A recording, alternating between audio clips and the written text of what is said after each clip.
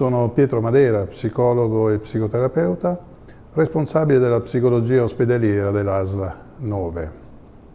Di che cosa si occupa il mio servizio?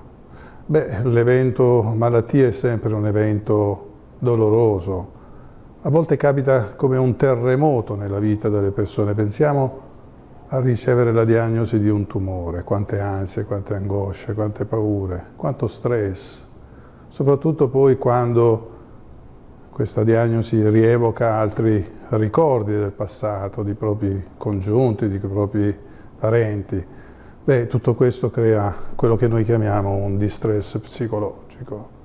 Sappiamo oramai dalle evidenze scientifiche come la dimensione psicologica, quindi la dimensione emotiva, la dimensione cognitiva, possono compartecipare in maniera decisiva alla soluzione dei problemi di salute e come anche appesantirla, aggravarla con gli stati depressivi, con gli stati ansiosi, angoscianti. Molto spesso le persone perdono anche la gioia di vivere, perdono la serenità, perdono il sonno.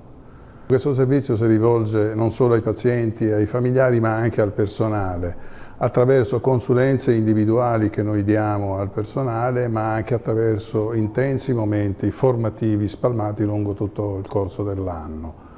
I parenti possono rivolgersi al nostro servizio, come anche i pazienti, attraverso la procedura del medico ospedaliero che chiede una consulenza, e noi mettiamo in atto consulenze di tipo individuale, di supporto psicologico, utilizzando delle metodiche per il controllo della gestione dell'ansia, per poter vivere l'evento malattia nel modo migliore possibile, con le risorse migliori che sia la persona sia la famiglia può esprimere rispetto a questo evento.